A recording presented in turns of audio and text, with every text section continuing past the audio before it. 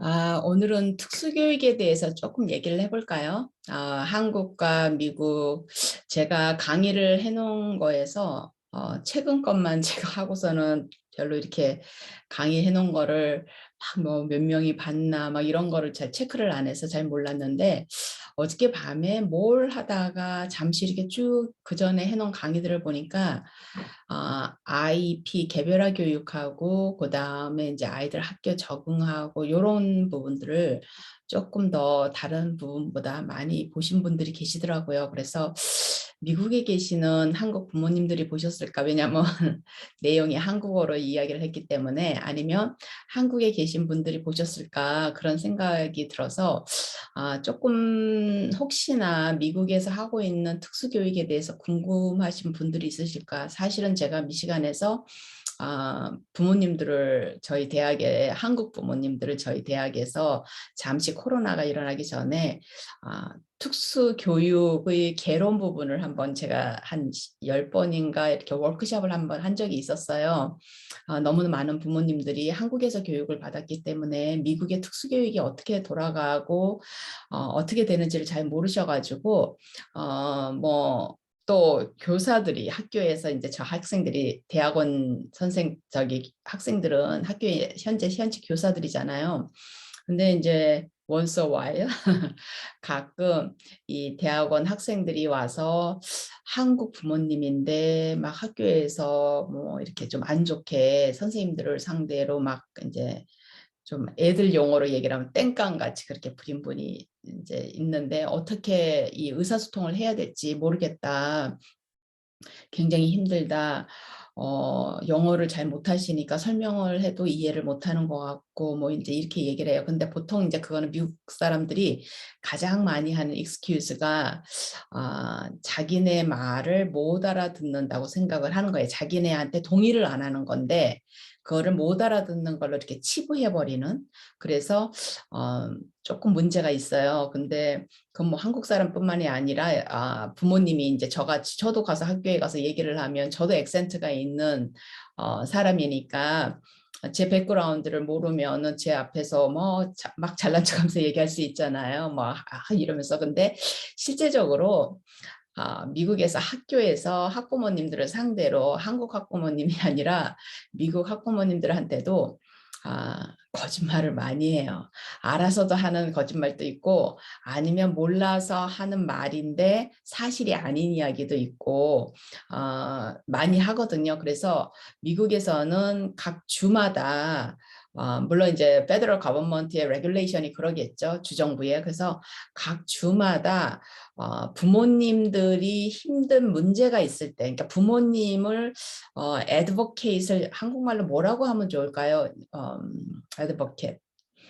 부모님, 그러니까 우리가 아이들을 위해서 이제 그 아이들을 대신해서 부모님들이 나서가지고 아이를 보호하면서 아이들을 대신해서 막 이야기를 하고 아이의 권리를 찾고 이제 이런 일을 하잖아요. 그것처럼 부모님들이 그러니까 원래는 우리가 IEP 그 개별화 교육 그 미팅을 하기 전에 부모님한테 이제 매뉴얼을 보내게 돼 있어요. 거기에는 뭐라고 돼 있냐면 부모님의 책임과 학생의 권리에 대한 이야기가 있어요. 그래서 왜냐하면 IEP에서 보통의 부모님들이 학교 교육법이 아니라 교육법이라든지 학교의 규정이라든지 이런 거를 잘 모르기 때문에 혹시나 학교에서 무슨 이야기를 할 때 부모님들이 그러니까 아이들이 불이익을 당하는 거죠. 부모님이 아이들을 보호를 못하는 거가 되죠. 그죠? 학교에서 제대로 아이에게 돌아갈 그 권리와 교육을 받을 권리와 이런 것들을 학교에서 시행을 못하면 이제 부모님들이 거기에 대해서 아이를 대신해서 부모님이 그거를 주장을 해야 되는데 이제 그게 애드보케이트인데 그걸 해야 되는데 그걸 못할 수 있기 때문에 이제 그런 매뉴얼을 보내요. 그래서 이러이러한 것들은 부모님이 이렇게 짚고 넘어갈 수 있는 거 이거 법적으로 보내게 돼 있고 각 주마다 그 센터가 있어야 돼요. 그 기관이 있어가지고 부모님들이 이제 거긴 변호사들이 있겠죠. 부모님들이 언제든지 도움이 필요할 때 연락을 할 수 있는 공교육 기관이 있어야 되는 거예요. 그래서 부모님들이 이제 무슨 학교하고 많은 컨플릭트가 있잖아요. 그러면 그런 곳에 연락을 하면 거기에서 이제 도와줘요. 근데 주마다 물론 이제 항상 모든 게 그래요. 법적으로 아무리 잘 돼 있어도 거기서 누가 일을 하느냐에 따라서 그죠? 부모님들에게 많이 도움이 될 수도 있고 거기서 또 누가 일을 하느냐에 따라서 아주 건성건성 일을 할 수도 있고 굉장히 애성이 있고 자기가 장애아를 가졌던 경험이 있고 이런 그런 변호사라든지 이런 사람이 그 기관에서 일을 하면 성심성의를 다해서 도와주겠죠. 왜냐하면 자기도 그런 고통스러운 순간이 있었기 때문에. 하지만 그런 경험이 전혀 없고 예를 들어서 애 한 번 낳아본 적도 없고 뭐 이런 사람들이 나쁘다는 의미는 아니지만은 그런 어떤 모든 것들이 그렇잖아요. 내가 겪어봐서 하는 이야기와 내가 겪어보지 않고 그냥 책에서만 보고 하는 이야기하고는 그 진정성이 조금 다르잖아요. 그렇죠? 지식 전달은 할 수 있지만 내가 그 정서적으로 그 필링이 거기에 같이 돼서 그걸 이제 제가 그전에도 여러 번 얘기했던 카그니티브 엠파티가 사람의 마음을 읽고 그런 어떤 그런 것이 있어가지고 하는 거하고는 많이 다르기 때문에 하지만은 법적으로 이제 법이 그래서 중요한 거예요. 법이 있어도 뭐 안 지키면 그만이지 이러지만은 지금은 이제 우리나라도 많이 이제 좋아졌잖아요. 좋아졌지만 많이 변호사들도 늘고 이렇게 그 로스쿨이 생기면서 많이 그렇게 됐지만은 아직도 우리나라가 갈 길이 먼 거는 법이 아무리 좋게 마련이 돼 있어도 입법이 마련이 돼 있어도요. 그거를 안 지키고 그 안 지키는 사람을 누군가가 이제 고소를 해서 그렇게 해서 제가 이제 그전에 콜트 케이스라 그랬지만은 콜트 케이스라는 게 이제 법원에서 판사 앞에서 이제 고소를 한 사람과 고소를 당한 사람이 판사 앞에서 이제 재판을 받는 거를 콜트 케이스라 그래요. 콜트가 이제 법원이거든요. 그래서 거기서 그거를 받는 사람을 이야기를 하는데 결국에는 제가 그전 강의에서 그런 콜트 케이스가 있어야지 우리가 또 한 걸음 나간다 그랬잖아요. 법이 아무리 돼 있어도 안 지키고 그걸 안 지킨다고 그 누구도 지적을 하지 않으면 그 법은 죽은 법이에요. 우리는 우리의 권리를 못 찾는 거예요. 그래서 미국에서 콜트 케이스가 교육 쪽에서 제일 많이 일어나는 부분이 특수교육법이에요. 특수교육 부모님들, 장애아를 가진 부모님들이 학교를 대상으로 선생님을 대상으로 아니면 교육구를 대상으로 스쿨 디스트릭트를 대상으로 하는 고소사건 고소를 하고 제가 아마 그전 강의에서도 얘기했을 거예요. 그렇게 하면 그냥 굉장히 큰 건이라고. 그러면은 거기에서 보통의 이제 변호사와 부모를 대변하는 변호사와 그다음에 학교 교육부를 대신하는 변호사 사이에 결국에는 이제 이 법을 가지고 해석의 차이라 그랬잖아요.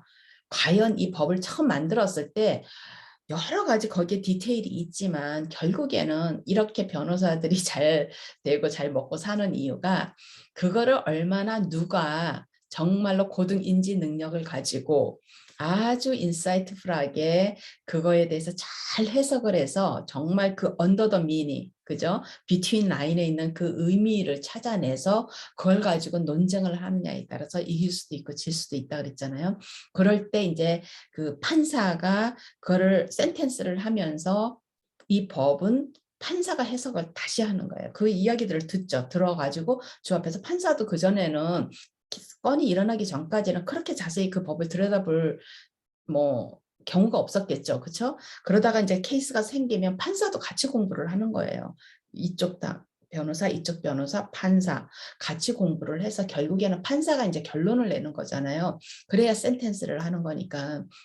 그런 식으로 미국에는 각 주마다 그죠? 한국으로 얘기하면 이제 도겠죠. 각 주마다 거기에서 부모님들이 가서 그걸 할 수 있는 그런 기관이 설립돼 있고 있다는 거. 그래서 그리고 그 외에도 굉장히 많은 그 비영리 단체들이 많아요. 부모님들을 도와주는 비영리 단체도 많고 또 아이들이 학교를 갔다 와서 활동을 할 수 있는 비영리 단체들도 굉장히 많아요. 어떻게 보면은 학교 교육은 많이 부족해요. 미국도 굉장히 많이 부족하고 일단은 그 특수 교사들이 이제 메인이죠. 특수 교육에. 그래서 제가 항상 그래요. 교사들한테 자부심을 가져라. 니네가 중심이다. 특수 교사가 중심이고 거기에 이제 우리가 related service라 그래가지고 관계 서비스라 그래서 이 특수 교사와 이 아이가 특수 교육을 하는 과정에 있어서 언어를 잘 못하면 이 수업을 하는데 지장이 있으니까 말을 못 알아듣고 말을 못하면 그러니까 언어 치료가 학교에서 이제 정해지고 그 다음에 뭐 작업 치료가 정해지고 이렇게 이제 관계 치료들이 있죠. 그 다음에 특수 학교에는 막 간호원도 있고 이렇게 할 정도로 그렇게 있기 때문에 특수 교육에 있어서 한국하고 비교를 하고 미국하고 각 나라마다 그 사정이 전부 다 다르잖아요. 미국이 왜 러닝 디서빌리티가 학습장애아가 굉장히 많은데 한국은 학습장애아가 왜 그렇게 미국만큼 많지 않냐. 그러니까 그전에는 학습장애 아이들이 50% 이상의 특수교육에 50% 이상이 학습장애 아들이었는데 지금은 이제 30%대로 떨어졌다 그랬잖아요. 이제 지금은 한 35%에서 35% 주변으로 있는데 굉장히 최근의 일이고 그 전에는 항상 50%가 넘었었어요. 50%가 넘고 뭐 60%까지는 안 됐어도 제일 많았죠, 숫자가. 그리고 지적장애 아이들도 많았고 그다음에 정서장애 아이들, 그다음에 뭐 그 외에 이제 우리가 하이 인스턴스 앤 로우 인스턴스 이래서 하이 인스턴스라는 말은 케이스가 많다는 이야기예요. 그게 이제 마일드 그러니까 마일드 디서빌리티들. 그다음에 로우 인스턴스 그러면 이제 중증 장애 아이들, 그죠? 시비어 디서빌리티들 이렇게 해서 나눠지는데 그 나눠지는 데 있어서 교육도 이제 우리가 제가 IP에서도 이야기를 했지만 한국은 그 전에 제가 특수교육원인가 한국 이제 그 국가의 그 교육부가 산하에 있는 거기를 한번 제가 방문을 한 적이 있었는데 거기에 뭐 커리큘럼도 많더라고요. 근데 미국은 특수교육 쪽에 그렇게 정식 커리큘럼이 없어요. 커리큘럼이 있어서는 안 된다고 생각을 해요. 기본적으로는. 왜냐하면 모든 아이들마다 필요한 교육의 그 교육이 다르기 때문에 그래서 우리가 educational needs라 그러잖아요. 필요해요. 그래서 individualized education이니까 각 개별화된 교육이에요. 한 명 한 명이 다 그 아이 자체가 필요한 게 다 그 아이가 커리큘럼이고 그게 또 IP가 커리큘럼이면서 스탠다드이면서 그 무엇을 가르쳐야 되는 기준이면서 이렇다 그랬잖아요. 그래서 사실은 위험하기도 하고 왜냐하면 특수 교사에 따라서 제가 초반에 사람에 따라서 아무리 법을 만들어 놓고 기관을 만들어 놓고 우리가 아무리 비유리풀하게 우리가 셋업을 해놔도 거기서 일하는 사람이 사실은 이걸 어떻게 하느냐에 따라 달려 있잖아요. 그러니까 특수교육도 마찬가지인 거예요. 아무리 개별화 교육을 그렇게 하면 들어보면 굉장히 사운드 굿이잖아요. 개별화 교육이니까 와 일반 아이들 한 명 한 명의 기준에 맞춰 가지고 그 아이가 못하는 거를 잘하게 만들고 그 아이의 기준에서 이렇게 끌어주는 그런 교육이니까 얼마나 좋아요. 근데 이제 그 교육에 그죠? 그 교육 내용이 누가 결정을 해요? IP 팀 멤버들이 결정을 하지만 중요한 건 뭐예요? 그 교육 내용을 주로 가르칠 사람이 특수교사들이에요. 그리고 특수교사가 드래프트를 만든다 그랬잖아요. 기본 교육에 관계된 거. 그 외에 서비스들은 말고 교육에 대한 관계된 걸 교사가 만들기 때문에 교사가 좀 능력이 있는 교사면 아주 야물딱지게 잘 만들겠죠. 하지만 능력이 별로 없는 교사는 별로겠죠. 그죠? 그래서 제가 교사의 유형에 대해서도 한국말로 제가 강의를 한 내용이 있을 것 같아요. 이제 저희 학생들한테 강의를 영어로 이제 하고 난 다음에 제가 조금 중요한 내용들은 이제 한국말로도 해놓으려고 노력을 많이 하거든요. 근데 그 교사들이 기본적으로 한국 교사하고 미국 교사하고 제가 이렇게 비교해 놓은 것도 있지만은 교사들이 미국의 교사들이 능력으로만 얘기를 하면 사실은 많이 딸려요. 제가 그전에도 얘기를 했지만 아무래도 누가 교육 교대나 사대에 오느냐에 따라서 달려있기 때문에. 그런데 마음은 너무너무 전부 다 예쁜 친구들이라고 그랬잖아요. 아이들을 진정으로 사랑하고 아이들을 아끼고 특수 아이들, 그 장애가 있는 아이들에 대한 그 마음이 남다르고 이런 친구들이 와요. 하지만 이 아이들이 그런 어떤 할머니 같은 그런 예쁜 엄마 같은 마음을 가져오니까 교육을 제가 학생들한테도 니네는 내니가 아니고 니네는 보육하는 사람들이 아니다. 니네는 교사들이다. 교사들은 티칭을 하는 사람이다. 막 제가 좀 강한 어조로 이렇게 얘기를 하지만은 사실 이 친구들이 와가지고 아이들을 막 이렇게 해서 어떻게든지 하나라도 애살스럽게 가르쳐가지고 이 아이들을 어떻게 하고 요거가 잘 안 된다 그랬잖아요. 그러다 보니까 IP를 정말 들여다보면은 너무너무 한심한 IP들이 너무너무 많아요. 근데 이 IP를 이제 교사들이 그렇게 만들어서 이렇게 하지만은 기본적으로 미국에는 가르치는 걸 얘기를 하면 특수교육이 도대체 뭐냐 그러면 가장 크게 특수교육은 인스트럭션이에요. 인스트럭션. 그러면 뭐예요? 이 가르침이잖아요. 수업이에요. 인스트럭션. 그리고 또 하나는 인터벤션이라 그래요. 이제 중재죠. 인터벤션. 인스트럭션 앤 인터벤션이면 이제 두 가지가 가장 크거든요. 그러면 인스트럭션은 뭐를 하냐면 이제 커리큘럼이 필요할 거 아니에요. 그러니까 커리큘럼이라기보다 이제 컨텐츠가 스탠다드가 이 인스트럭션에서 무엇을 가르치냐 그러면 미국에는 가장 큰 두 가지가 있어요. 그래서 이 마일드 한 디서빌리티들은 일반 아이들이 배우는 아카데믹을 가르쳐요. 리딩을 가르치고 쓰기를 가르치고 이해력을 가르치고 그쪽으로 이제 포커스를 하고요.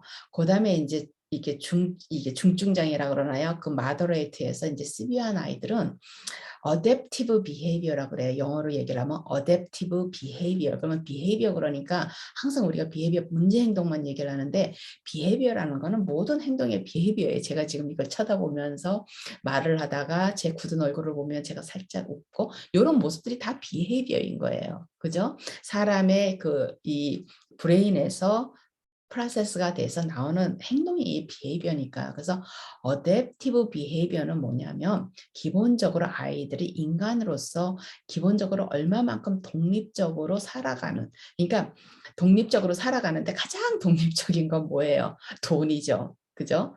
돈이 있어야 독립적으로 살아가는데 그거보다 더 중요한 건 뭐예요? 이제 브레인이 있어야 되는 거예요. 인지 능력이 있어야지 독립적으로 살아갈 수가 있잖아요. 그래서 그러면 인지 능력이 뭐가 필요하냐? 사고력이 있어야 되는 거예요. 그죠? 배가 고플 때 내가 배가 고픈 걸 알고 배가 고프면 밥을 좀 먹어야겠구나. 목이 마르면 물을 좀 마셔야겠구나. 그죠? 머리가 좀 가려우면 머리를 샤워를 언제 했지 생각해보고 내가 샤워를 해야겠구나. 머리를 감아야겠구나. 그 다음에 오줌이 마려우면 화장실에 가서 오줌을 누고 응아가 마려우면 가서 응아를 하고 이런 것들이 독립적인 거예요. 근데 아이가 목이 마르면 막 울어. 아니면 막 엄마를 불러요. 물 달라고 소리를 질러요. 요즘은 이제 큰 아이들도 그런 아이들, 장애가 없어도 그런 아이들이 많잖아요. 그럼 막 물 달라고 불러요. 그죠? 그 다음에 배가 고프면 막 배고프다 그래. 아이가 고등학생인데도 막 배고프다 그래요. 배고프다고 막 짜증을 내. 그죠? 그 다음에 오줌이 마려우면 막 울어. 이게 요런 것들이에요. 아주 기본적인 것들. 자기가 혼자서 샤워를 하고 혼자서 이빨을 닦고 혼자서 얼굴을 씻고 혼자서 옷을 골라서 입고 마음에 드는 옷을 골라서 입고 옷을 보면은 팔이 두 개가 있고 여기에 목에 구멍이 있고 그래서 요거는 머리를 넣는 옷이 구멍이고 요거는 팔을 넣는 구멍이고 그럼 어떤 순서대로 내가 옷을 입어야 되고 그러면 머리를 끼기 전에 팔부터 끼워버리면 머리에 이렇게 하기가 힘들잖아요. 그러면 이제 머리부터 끼고 그 다음에 팔 집어넣고 이쪽 팔 집어넣고 이렇게 이제 선생님들이 가르치는 거예요. 그런 기술들을. 그런 것들을 이제 어댑티브 비헤이비어라 그래요. 그래서 화장실 사용하는 거, 화장실에서 사고 치지 않고 오줌 밖으로 흘리지 않고 정확하게 앉아서 대변을 보고 소변을 보고, 그죠? 그 다음에 밥도 누가 먹여주지 않아도 자기가 밥을 딱 차려주면 먹을 수 있는 거, 아니면 될 수 있으면 냉장고를 열고 자기가 필요한 것들을 보고 꺼내서 자기가 혼자서 배가 고프면 밥을 꺼내서 먹을 수 있는 거, 이런 것들이 전부 다 어댑티브 비헤이비어예요. 그래서 중증 이하는 그게 학습 내용이에요. 그 다음에 거기에 언어도 들어가죠. 왜요? 기본적으로 이 언어는 펑셔널 커뮤니케이션이에요. 제가 그 전에 이제 어디 강의에 제가 지금 있을 텐데, 제가 소셜 커뮤니케이션, 링구스틱 커뮤니케이션, 펑셔널 커뮤니케이션 이렇게 해서 설명한 게 있거든요.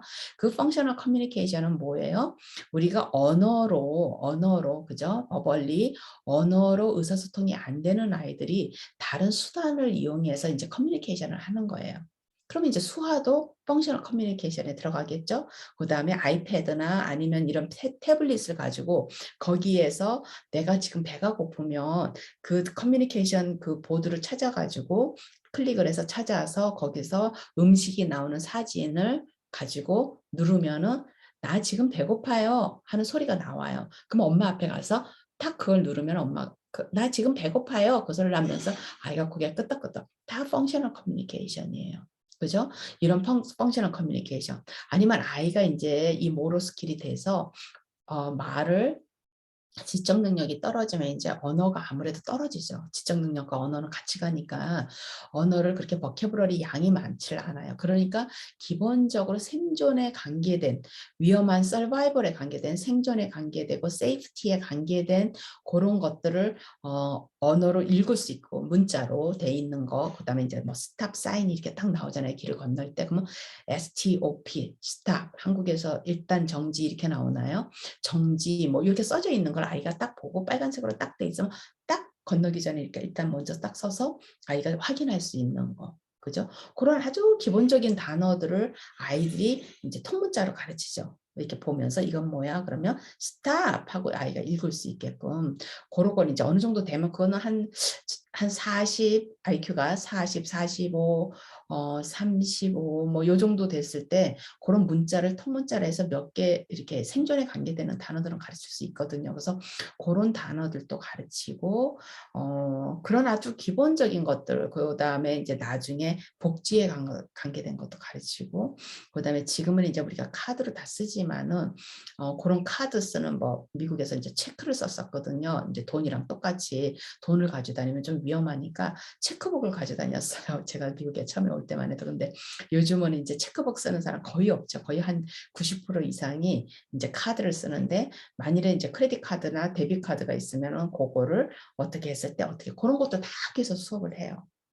주로 이제 이런 수업들은 미국에서는 14살이면은 IP 미팅에서 이런 이야기를 하기 시작해요. 아이들한테 이제 고등학교를 졸업하고 이제 일반 성인으로 넘어가는 그 과정을 준비를 시켜요. 그래서 법적으로 14살부터 터킹이에요. 그거는 아주 터킹, 그러니까 IP 할 때 이제 그냥 이야기하는 거예요. 이제 우리 부모한테 묻겠죠. 이제 장래 아이가 이제 고등학교를 가서 사회로 나갔을 때 부모님의 생각을 묻죠. 이제 뭐를 어떻게 하기를 원하느냐, 혹시 생각한 거 있느냐, 뭐 이런 식으로 이제 그냥 타픽으로 꺼내서 이야기를 하고, 만 16살이 되면 그때부터 이제 인디비주얼라이즈드 개별화 트랜지션 플랜을 이제 해야 돼요. IP로.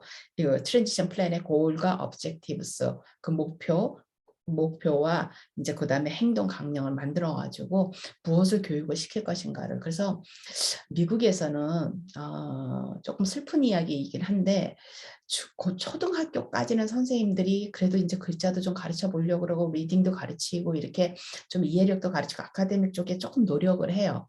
그러다가 이제 중학교를 벌써 아이들이 넘어가기 시작하면 이제 그런 것들이 거의 스탑이 돼요. 스탑이 되면서 이제 아이들을 그냥 성인으로 나가는 그 준비하는 수업을 그냥 하죠. 근데 말이 이제 준비 수업이지 거의 대부분이 막 그걸 가지고 막 선생님들이 기를 쓰고 가르치는 게 아니고, 이제 학교 안에서도 이제 조금씩 중학교 때까지는 이제 아직도 아이들이 14살이 안 되면 미국은 그 어른이 반드시 있어야 되는 연령이기 때문에 밖으로 데리고 나가진 않아요. 이제 위험하기도 하고 이러니까. 그렇지만 고등학교를 가면 이제 아이들이 학교 스쿨버스를 타고 커뮤니티 베이스드 러닝이라 그래가지고 밖으로 애들을 많이 데리고 나가요. 데리고 나가서 뭐 가게들을 들려가지고 뭐 음식 오더하는 거 맥도날드 가나 버거킹 같은 데 들려서 이제 음식 오더하는 방법, 쇼핑하는 방법, 그러면서 이제 크레딧 카드 쓰는 방법, 돈 쓰는 캐시 가지고 어떻게 쓰는 방법 뭐 이런 거를 이제 가르친다고는 하지만 그것도 개인적으로 선생님들이 어떤 선생님이냐에 따라서 수업을 하죠. 저도 이제 학생일 때 많이 따라가 나가봤거든요. 제가 뭐 그쪽으로 큰 아이들을 가르치는 선생은 저는 이제 그런 저희도 다 이제 특수교사들은 100시간 이상씩 이 현장 수업을 해야 되니까 그러면 이제 그런 데도 같이 따라서 스쿨버스 같이 타고 이제 같이 막 따라가서 이렇게 보고 이렇게 하는데 저는 한국에서 교육을 받은 사람으로서 한숨이 절로 나오죠. 애들 데리고 뭐 노는 것도 아니고 막 이런 생각이 들면서 그때는 참 기가 막히다 막 이랬었거든요. 그래서 지금도 이제 그런 사람이 경험한 대로 생각한다고 그런 경험이 있기 때문에 그래서 저는 전적으로 제 분야가 초등교육에 있는 선생들을 트레이닝을 하고 이제 말로 그다음에 이제 마일드 디서빌리티의 공부를 가르치는 쪽으로 제가 이제 정한 것이 조금 더 왜냐하면 그 숫자가 미국의 90% 이상의 아이들이 마일드 디서빌리티고 그 중증 장애 아이들은 한 5%에서 10%가 안 돼요. 그래서 굉장히 숫자가 적어요. 적고 이제 미들스쿨 앤 하이스쿨은 거의 이제 그렇게 시간을 보내기 때문에 그걸 뭐 제 분야가 제가 그쪽이 아니니까 이제 제가 원하는 분야를 제가 선택을 해서 이쪽으로 이제 선생들을 교육을 시키는데 그렇게 돼 있어요. 그래서 그런 거를 미국 교육이 굉장히 잘 돼 있다 막 이렇게 하는데 시스템은 한국이나 다른 나라보다 훨씬 잘 돼 있을 거예요. 하지만은 어떤 교육의 질에 대해서는 글쎄 질은 항상 교육이 질이라는 거는 하는 사람이 부여하는 거잖아요.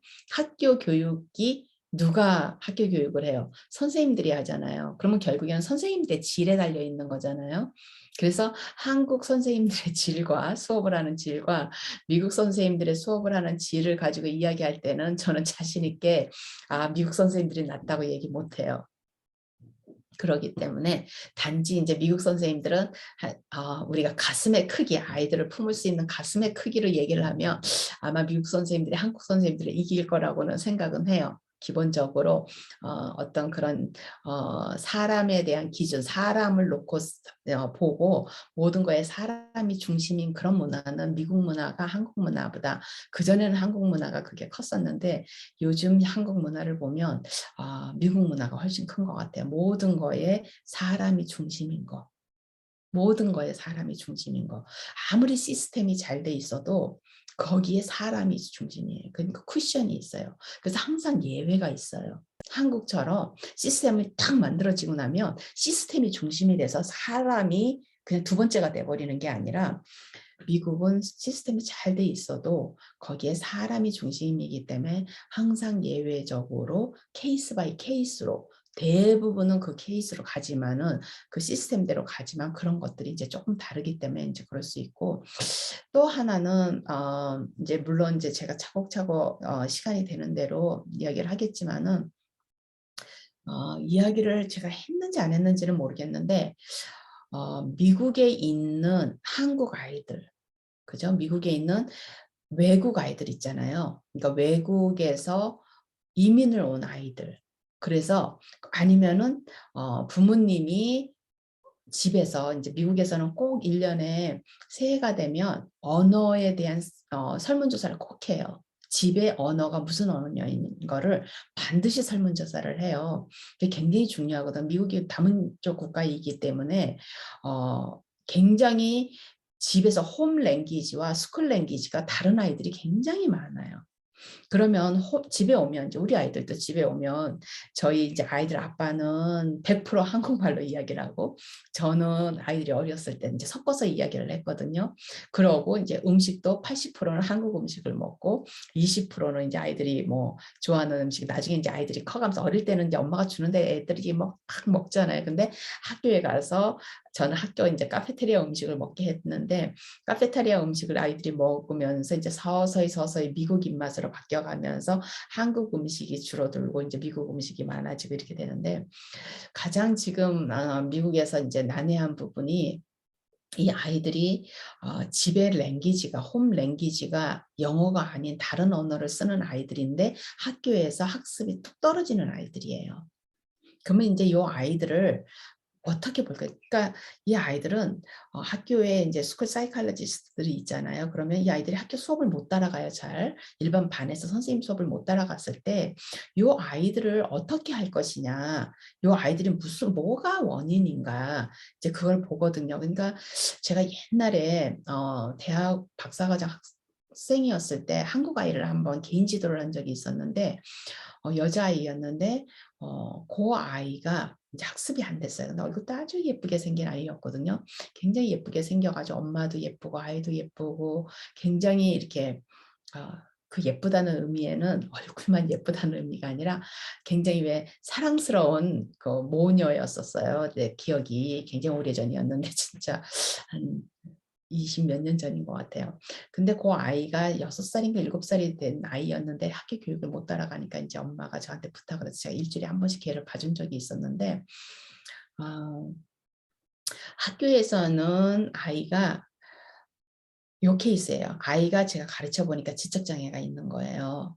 심하지는 않은데 그래도 지적장애가 한 50대였던 것 같아요. IQ가. 제 느낌이 그랬었어요. 이제 제가 스쿨 사이칼로지로 막 이제 그 검사를 해본 적은 건 아니지만 이제 선생이다 보니까 아이들을 가르쳐 보면 이제 IQ가 어느 정도 되겠다 하는 게 감이 오거든요. 표준을 이제 아이들 보통 한 IQ가 70이나 아이들 60이나 아이들 이런 아이들이 하는 그 정도가 있어요. 그럼 이제 저는 그랬잖아요. 시험을 IQ 테스트를 한 거를 믿지를 않아요. 일단은 뭐 지적 장애가 있다 그러면 그런가 보다 그냥 시험에서 그죠? 그 IQ 검사에서 지적 장애로 나온 거지. 이 아이가 진짜 지적 장애가 있는지 없는지는 가르쳐 봐야 아는 거예요. 근데 이제 그 여자아이를 이 엄마가 데려왔는데 뭐라 그러냐면 학교에서 아이가 못하는 게 언어 때문에 못한다고 그런다는 거예요. 영어를 잘 못하기 때문에 아이가 말도 많이 늦고 말을 잘 못했었어요. 의사소통이 그렇게 시원하게 안 됐었어요. 단어로 영어 단어로 의사소통이 됐지 문장으로 그렇게 의사소통이 안 됐던 것 같아요. 제 기억에. 그러니까 집의 홈 랭귀지가 한국말이기 때문에 아이가 영어가 안 돼서 그렇다고. 그러니까 거기서 뭘 교육을 시키냐면 잉글리시 랭귀지 그러니까 러닝이라는 ESL 같은 거 있잖아요. 요즘 미국에서 ELL이라 그러거든요. English Language Learning이라 그래요. English Second Language라고 안 그러고. 그래서 ELL 교육을 그걸 시키는 거예요. 근데 그걸 시키는데 선생님이 스페니쉬 선생님이야. 그러니까 스페니쉬와 잉글리시를 그거를 두 개를 가르치는 선생님인데 이 선생님이 이제 ESL 그 교사 자격증이 있으니까 이 선생님이 가르치는 반에 중국 아이도 있고 한국 아이도 있고 뭐 저기 폴리시 아이도 있고 뭐 여러 아이들이 있는 거예요. 이 선생님이 교사 자격증이 그거다 보니까. 그러니까 이 선생님이 가르치는데 이 아이가 제가 딱 가르쳐 보니까 몇 번 가르쳐 봤는데 아이가 지적장애인 거예요.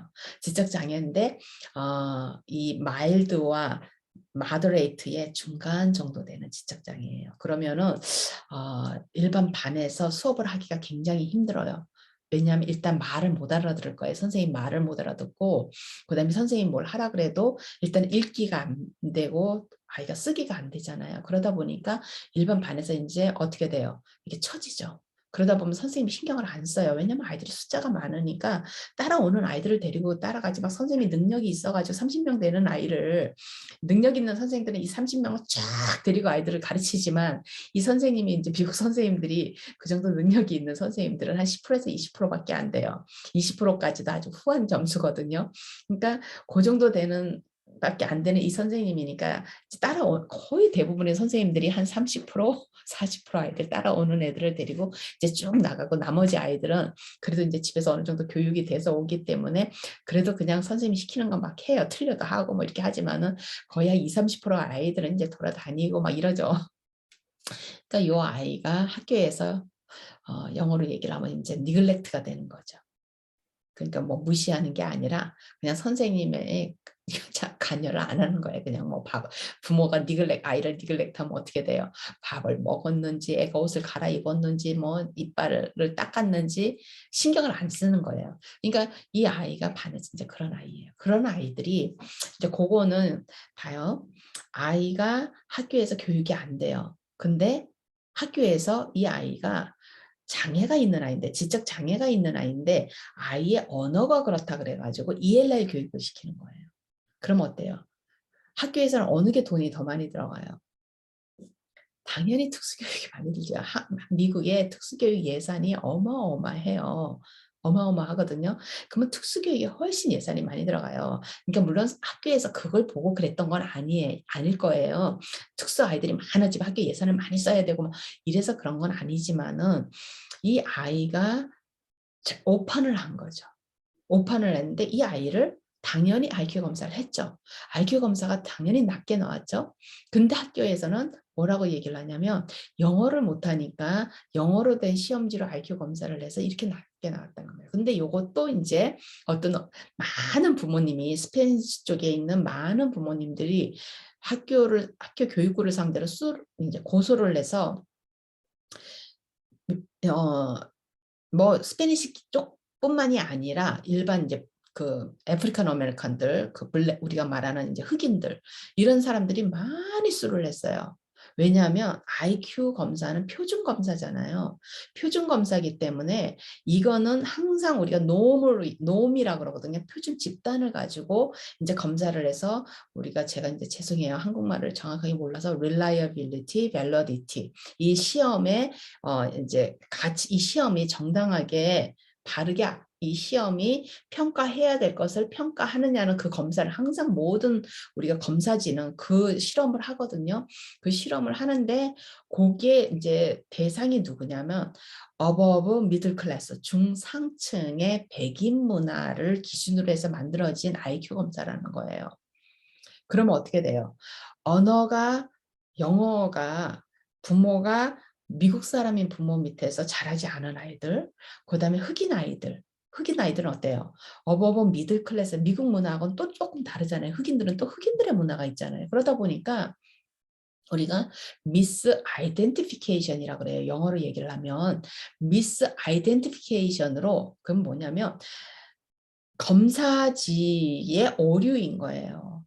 이 검사지는 백인 아이들, 그다음에 중산층 이상, 그러니까 부모가 어느 정도 교육을 받은 중산층 이상의 아이들을 대상으로 해서 만들어진 IQ 검사이기 때문에 이 아이들 그 외에 다른 언어를 쓰는 아이들, 가난한 집 아이들, 교육을 못 받은 집 아이들, 학대받는 집 아이들, 이런 아이들은 인텔렉츄얼 어빌리티가 지적 능력이 되어도 그 검사에서 지적 장애아로 나오는 거예요. 그래서 이 아이들을 지적장애, 한국에서는 특수교육을 받기 위해서 부모님들이 막 싸워가지고 그 특수교육을 받게 하려고 애를 쓰시는 부모님들도 계시지만은 미국도 이제 물론 그래요. 이제 막 학교에서는 검사를 해서 얘를 특수교육을 받게 하려고 막 그러는데 부모님이 싫다 그러는 부모님이 간혹 있어요. 많지는 않지만 간혹 있는데 이제 보통의 경우는 이 아이가 문제 행동이 심할 때예요. 문제 행동이 심하지는 않고 아이가 엔젤이면 천사 같은 아이면 학교에서도 그렇게 신경을 안 쓰는데 빨리 이 문제 아이니까 빨리 이 검사를 받게 해가지고 아이를 빨리 분리를 시켜야 되니까 그 반에서 그래서 일반 아이들이 선생님이 좀 숨을 쉬고 아이들도 공부를 할 수 있기 위해서 그런데 이 아이들이 그 IQ 검사를 하면 지적장애가 얼마나 많이 나오겠어요. 그러니 아이들은 이제 분리를 시키잖아요. 그러면 어떻게 돼요? 이퀄리티가 떨어지는 거예요. 이제 교육의 평등의 원칙에 어긋나는 거예요. 그래서 특수반으로 가니까 이 아이들에게 페어하지 않다는 거, 시험 자체가 공정하지 않은 거예요. 그래서 이제 수드를 했어요. 그래서 이제 어떻게 생겼냐면 검사지를 가지고 이 통역을 드리기 시작한 거예요. 통역. 이제 그 언어가 다른 사람들은. 그런데 이제 이게 그러니까 이게 벌써 밸러디티가 떨어져요. 릴라이어비티 밸러디티가 떨어져요. 그런 이제 뭐 보완점을 계속 이제 이런 것도 처음부터 뭐 통역을 드리고 이랬겠어요? 안 그랬죠, 당연히. 통역을 드리고 그런 게 이것도 이제 막 고소를 하고 이렇게 하고 그러니까 고소를 해야 권리를 찾는 거야. 법이 약속한 내 권리를 고소를 해야 찾는 거예요, 부모들이.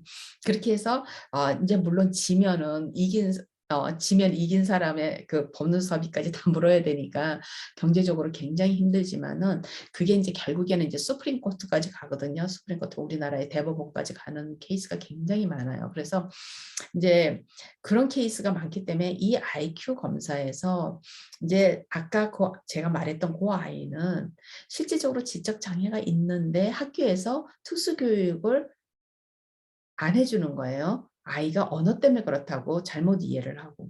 근데 이제 또 반대인 케이스가 있어요. 아이는 지적 장애가 없는데 애가 언어 때문에 못하는 건데 지적 장애가 있다 그래. 이건 이제 보통 이제 문제 아이들, 거기 학교에서 문제 행동을 일으키는 아이들. 이게 모든 것이 학교에서 문제 행동을 일으키는 아이들은 이렇게 이제 불이익을 당할 경우가 많아요. 선생님들이 이제 아이들을 감당을 못하니까 이제 계속 교장실로 이제 아이를 보내는 거예요. 아이가 이제 문제 행동을 일으킬 때마다 선생님이 감당이 안 되면 미국에는 그렇다 그랬잖아요. 아이들이 문제 행동이 있으면 이제 교장실로 보낸다고. 이렇게 보내면 교장 선생님이 일을 할 수가 없는 거예요.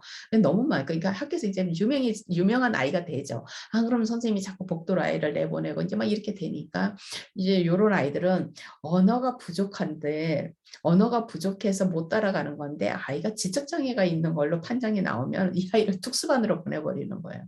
그래서 제가 특수교사를 하면서 아니 특수반이 감옥이냐고 아이들의 제일이냐고 제가 교장한테 물어본 적이 있어요. 저한테 와가지고 얘를 하루만 데리고 있으라는 거예요. 근데 그거 특수교육법에 어긋나거든요. 절대로 그렇게 하면 안 되는데 그래서 제가 교장한테 웃으면서 셀프 컨테인드 클래스룸이 제일이냐고 이렇게 물었는데 실질적으로 이것도 또 콜트 케이스가 많았어요. 부모들이 또 수를 해가지고 절대로 특수 장애 판정을 안 받은 아이가 특수반에 와 있으면 안 돼요. 특수교사 옆에 있으면 안 되는 거예요.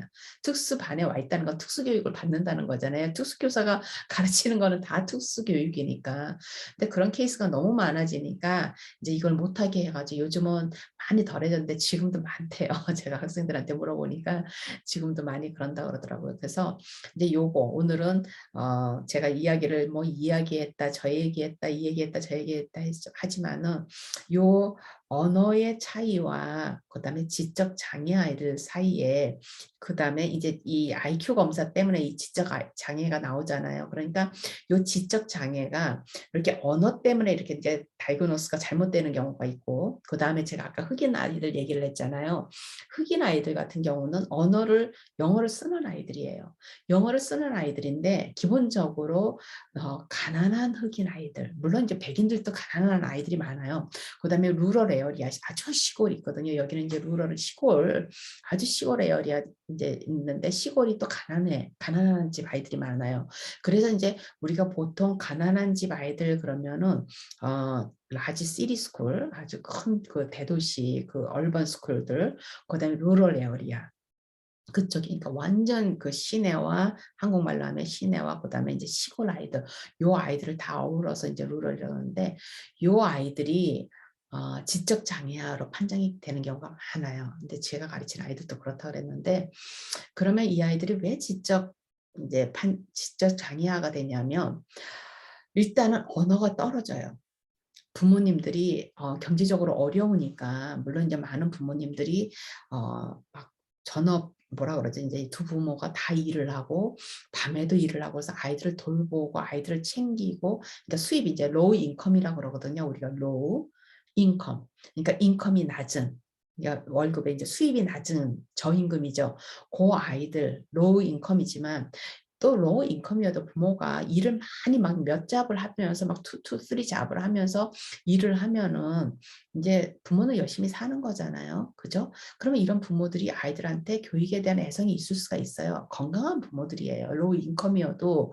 근데 여러 잡을 하면서 자기네가 기본적으로 이제 국가에서 주는 그런 어떤 그런 거에 의존하지 않고 그렇게 하는 부모들은 바쁘지만 아이들하고 이야기하면서 또 부모가 고생하는 걸 보면서 아이들도 이제 같이 갈 수도 있지만 그러지를 않고 이제 정부에서 주는 그 웰페어에 의존해서 살고 아니면은 이제 파트타임으로 그냥 일하면서 적당히 하고 아니면 그런 무슨 마약이라든지 범죄에 어울려서 부모들이 그러고 폭력과 범죄와 이제 이런 게 아무래도 그냥 그런 이제 얼반 에어리아에 많다 보니까 요 아이들은 부모에게서 이제 배운 게 별로 없잖아요. 부모에게 배운 게 없으니까 언어적으로도 뚝뚝 떨어져요. 그래서 우리가 이런 아이들을 소셜, 어, 소시오 이코노믹 인텔렉추얼 디서빌리티라고 이제 미국에서 그렇게 불러요. 이제 소시오 이거 정식으로 법에서 하는 언어는 아니에요. 하지만 이제 필드에서 우리가 쓰는 언어가 소시오 이코노믹. 왜 소시오가 들어갔냐면 그게 이제 소셜 그러면 이제 에트닉 그룹을 얘기를 해요. 사실은 다민족. 그다음에 소시오 이코노믹. 그다음에 이제 돈이잖아요. 그거에 인텔렉츄얼 디서빌리티다. 그러니까 결국엔 뭐예요? 아이들이 지적장애로 태어난 게 아니라 환경에 의해서 지적장애 아이들이 된 아이들이에요. 그러면 실제적으로 이 아이들이 지적장애가 있어요? 없어요. 카그니티브 포텐셜은 있어요. 포텐셜 인텔리전스가 있는 아이들이에요. 그런데 적절하게 환경에서 태어난 환경에서 교육을 못 받은 거예요. 그러면 이 아이들은 지식이 없고 언어 어휘력이 떨어져요. 그러니까 IQ 검사에서 아이들이 지적 장애아로 나오는 거예요. 근데 슬프게도 너무 많은 특수교육 학교 선생님들이 이 아이들이 진짜 장애아라고 생각을 해요. 소시오 이코노믹 인텔렉츄얼 디서빌리티는 이렇게 문화가 다르고 아까 언어가 그러니까 외국에서 예를 들어서 중학교 정도에 여기 미국으로 왔다든지 초등학교 이제 고학년이 돼서 왔다든지 초등학교 저학년 때 시작하는 아이들이 아니면은 당연히 선생님 말을 못 알아듣잖아요. 그러면 이제 부모님이 집에서 막 이렇게 좀 신경을 쓰고 이렇게 뭐 예를 들면 우리나라 말에 의하면 과외도 시키고 막 이렇게 해가지고 하면 이제 아이들이 빨리 캐치업을 하죠. 그죠? 1, 2년 안에 아이들은 언어를 빨리 배우니까 빨리 하고 그다음에 이제 학교 선생님들이 좀 이제 지혜로운 선생들은 스마트한 선생들은 일부러 이제 좀 착한 미국 아이들 중에서 친구도 이렇게 제가 그렇게 교육을 시키거든요. 그런 아이들은 그렇게 친구를 붙여줘라. 아이들이 어색하고 이러니까 친구가 없고 이러니까 이제 친구를 붙여줘. 그래서 친구랑 같이 이렇게 막 지내게 하고 그다음에 제가 이제 부모님들이 저한테 상담을 와서 의뢰를 할 때는 제가 부모님들한테 아이들을 방과 후 학교를 보내라 그래요. 그럼 이제 직장 다니는 부모님들은 학교가 초등학교가 이제 7시 반 이렇게 시작을 하면 아이들이 한 2시 반 되면 끝나거든요. 2시 반, 3시 반 되면 끝나요. 3시 반 되면 끝나면 이제 부모님들은 5시, 6시 돼야 집에 오잖아요. 그러면은 그 몇 시간 동안에 이제 학교에서 그런 거를 이제 애프터스쿨을 운영을 해요. 거기를 제가 보내라 그래요. 그다음에 여기에 이제 무슨 잠시 무슨 1년 이렇게 뭐 안식년으로 오신 교수님들이나 아니면 뭐 회사에서 오신 분들 이런 부모님들이 이제 영어를 아이를 어떻게 가르치면 좋겠냐 그러면 제가 그런 데를 보내라 그래요. 그냥 아이를 늦게 픽업하게. 그럼 왜냐? 아이들은 애들하고 어울려야 영어를 배우잖아요. 빨리 배워요. 학교에서 선생님하고 하는 거는 학습 영어지 이 일상생활에서 쓰는 영어가 아니에요. 그래서 그런 데를 보내면 아이들이 이제 픽업하는 게 빠르고 또 친구도 생기고 그죠? 그래서 거기서 친구도 생기고 또 선생님이 똑똑한 선생님들은 그렇게 얼른 연결을 해주고 그리고 이제 제가 선생님들한테도 그래요. 부모도 연결해 주라 그래요. 부모도 같이.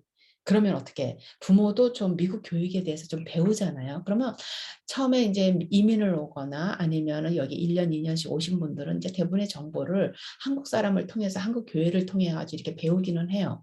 그렇게 하기는 하지만은 아무래도 이제 한정된 정보죠. 그렇죠? 그런데 거기서 이제 선생님이 이렇게 미국 사람을 이렇게 미국 학부모를 연결을 해주면 미국도 부모들이 또 박애 정신이 또 뛰어나거든요. 그래서 착하신 분들은 정말 너무너무 착해요. 정말 착해요. 한국에서 보기 드물 정도로 요즘은 한국에서 친구나 뭐 아는 사람이 아니면 어떤 그런 정을 참 느끼기가 힘든데 미국에서 오히려 그런 정을 느끼는 그렇게 해서 이제 서로 도와주게 하고 저도 이제 선생님들한테 그런 얘기를 하고 학부모님들한테도 그런 얘기를 하고 그렇게 하면 학부모님들도 빨리 이제 미국에서 학교에서 뭘 하는지 그리고 학교에서 통신문 같은 거 오거나 편지 같은 게 오면 이제 미국 부모한테 이제 찾아가서 부모님이 좀 물어보기도 하고 아이들은 또 아이들끼리 이제 그렇게 해서 빨리 배우기도 하고 이렇게 사는데 그렇지 못한 경우 아이가 정말로 조금 이제 이렇게 두뇌가 뛰어나질 않고 약간 이제 뭐 워낙 뭐 밑에 1등부터 끝까지 다 있잖아요. 지적 능력도 마찬가지니까 빨리 이렇게 캐치업을 못하고 또 아이가 이제 성격상 사회성이 조금 많이 이렇게 활달하지 않은 아이들, 활달한 아이들은 가서도 막 그런 데 가서 대적 노릇을 하는데 활발하지 않은 아이들은 이제 많이 기가 죽죠. 기가 죽고 제가 고등학교 때 부자 동네 고등학교를 갔을 때 이 성격에 제가 기가 죽어가지고 말을 잘 못할 정도로 아이들이 이제 문화적인 충격이 굉장히 크거든요. 그럴 때 이제 아이들이 입을 다물고 그러다 보면 친구도 더 안 생기고 그러다 보면 이제 교실 안에서 그 좁은 교실 안에서 나만의 섬에 아이가 갇혀서 혼자서 이제 지내게 되는 그런 일이 일어나거든요. 그래서 사실은 신경을 많이 써야 되는데 여러 가지 그런 요인들이 생겨서 아이들이 배움에 이제 떨어지게 돼요. 그래서 우리가 지적장애 아이들은 언어적으로도 그렇게 오고 그다음에 이제 사회 문화적으로도 그렇게 오고 이러기 때문에 그거를 학교 선생님들이 지적장애가 아닌 걸로 알고 그 아이들을 좀 더 열심히 가르쳐야 되는데 이제 흑인 아이들을 아주 그냥 타이트하게 가르쳐야 돼요. 가르치면요 빨리 배워요 아이들이. 제가 그랬잖아요. 타고난 지적 능력은 환경에서 안 한다 그래서 물론 이제 동물들하고 같이 산다든지 아이가 너무나 제한된 우리가 클라젯 베이비처럼 이런 옷장 같은 데 아이를 가둬놓고 키운다든지 엄마가 이제 우울증 엄마가 혼자 사시는데 혼자 아이를 키우는데 엄마가 우울증이 너무너무 심해가지고 엄마가 밖에도 안 나가고 이렇게 교환도 안 하고 예를 들어 모든 거를 그냥 배달을 시켜가지고 요즘 같은 때 그렇잖아요. 배달을 시켜서 집에서 먹고 이렇게 하면은 아이가 같이 엄마랑 같이 아기가 엄마가 안 나가면 아이도 못 나가잖아요. 근데 엄마하고 아이하고 하는 말이 거의 없고 엄마는 그야말로 이제 한국말로 하면 멍 때리고 있는 것 같이 매일 그렇게 넋을 놓고 앉아 있고 이러면 이제 아이들이 자극이 없잖아요. 그러면은 언어를 못 배우죠. 그죠? 그러면 이제 나가서 나중에 아이들이 학교를 갔을 때 학교 적응도 안 되고 언어도 떨어지고 이렇게 된단 말이에요. 그렇지만은 이 아이들이 늦기는 하지만은 저는 타고난 그 우리 제가 이제 그 전에 그 노암 첨스키가 얘기한 그 프리와이어드라는 linguistically prewired라는 이제 말을 노암 첨스키가 했잖아요. 했는데 노암 첨스키가 모든 아기들은 인간은 linguistically 언어적으로 프리와이어드 된 두뇌를 가지고 태어난다 그랬어요. 그래서 태어나서 언어를 쭉쭉 빨아들이듯이 배워서 다 한 개 배워서만 아는 게 아니라 그냥 폭발적으로 어느 정도가 되면 폭발적으로 어휘력이 는다 그랬어요. 그거는 프리와이어드 된 브레인 때문에 그렇다고 인지주의 입장에서 얘기를 한 거예요. 노암 첨스키가 비헤비어리즘에 있을 때는 그렇게 얘기를 안 했는데 이제 그 아이들의 어휘력, 그 폭발적으로 늘어나는 어휘력을 도저히 해석을 비헤비어리즘으로는 해석이 안 되는 거예요. 비헤비어리즘은 한 개 배우면 한 개 아는 거니까 두 개 배우면 두 개 아는 거고 그런데 그거 가지고 해석이 안 되는 거예요. 그래서 아이들이 빨아들이는 거 같죠. 스펀지에서 물을 빨아들이는 거 같죠. 어휘들을 빨아들이는데 환경 속에서. 근데 이 아이들이 아주 그냥 그 방 안에서만 키워진다든지 집안에서만 키워진다든지 밖에서 자극이 없고 엄마하고만 얘기를 하고 기본적으로 엄마가 밥 먹어, 씻어, 잤니, 씻었니, 일어났니, 먹어라, 오줌 놓니, 뭐 이렇게 아주 기본적인 언어만 하면 아이가 오히려 당연히 떨어지죠. 그러면 요 아이들은 밖에 나와서 이야기할 때도 선생님한테도 얘기해요. 다 했니? 뭐 봤니? 다 했어. 뭐 이렇게 반말로 배운 대로 하잖아요. 그러니까 그렇게 하는데 그래서 우리가 지적 왜냐하면 한국에서는 이제 지적 장애 아이들을 아무래도 제일 많이 볼 거 아니에요. 이제 발달 장애 아이들이 사실 지적 장애아가 발달 장애아의 첫 번째였는데 지금은 이제 자폐증으로 밀려났지만은 자폐증도 대부분의 자폐 아이들이 지적 장애아로 나오잖아요.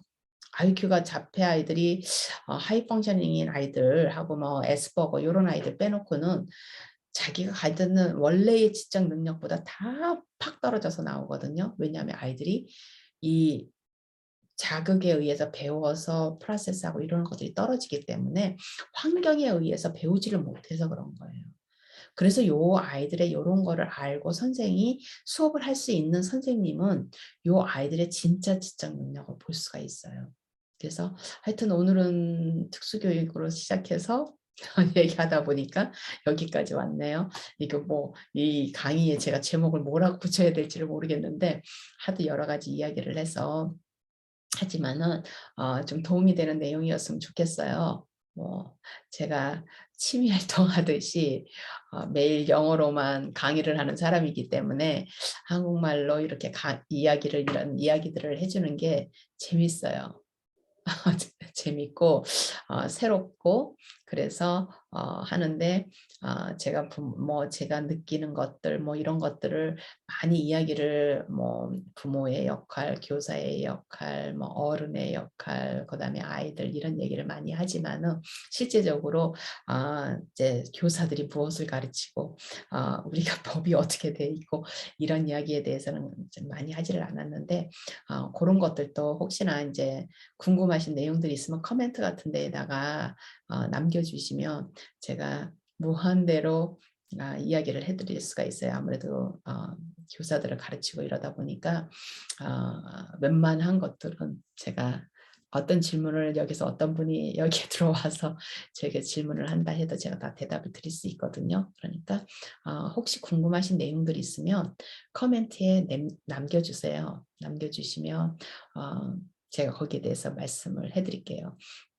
다시 말씀드리지만 제가 이걸 하는 거는 제가 무슨 수입을 뭐 이걸 통해 가지고 수입을 늘리고 이런 게 전혀 그런 거 아니거든요. 그러니까 걱정하지 마시고 저의 그냥 취미 활동, 재밌는 그리고 한국말로 이렇게 화면에다가 말을 할 수 있는 재밌는 시간을 제가 한 번씩 이렇게 가지면 저도 재밌고 즐겁고 그래서 하는 거니까 그렇게 남겨주셔도 돼요. 그리고 제가 하나하나 교사들은 어떻게 우리가 준비를 시키며 아이들 학교에 특수반은 도대체 미국에 어떠한 반들이 있으며 다음에는 그 강의를 할게요. 특수반이 어떤 종류의 특수반이 있고 교사들은 어떻게 준비를 해서 그런 특수반에서 가르치고 그다음에 아이들이 어떻게 되고 이런 것들을 특수교육에 대한 내용을 제가 미국 안에서 실제 학교에서 하고 있는 것들 그런 것들을 제가 한번 이야기를 해볼게요.